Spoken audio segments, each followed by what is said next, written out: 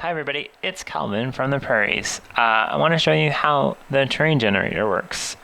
It's a little bit complicated, but it's also kind of simple. So what it does first when we need some terrain is it generates some noise, and you can kind of see that here.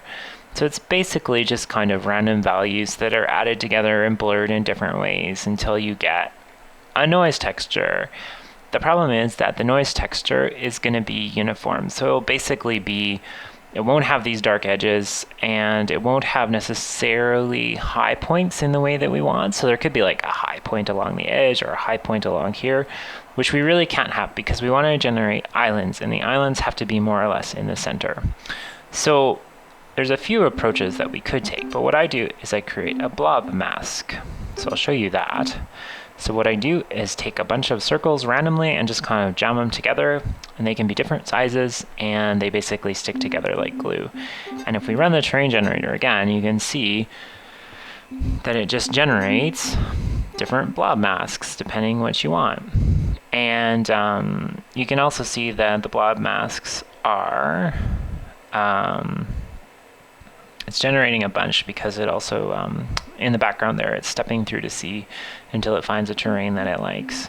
So yeah, so it generates those blob masks, and it generates the noise, and then it adds them together, and you end up with, you can actually see if you look where the islands are. So it basically adds that blob mask into the noise, and then the other thing it does is it also adds in like a center mask, and so that's what gives it the dimming towards the sides. And the net result is you get like an island shaped like that. And you also get here, it doesn't show it on this view, but there's like underwater like mountains and stuff that you can see, which is pretty cool.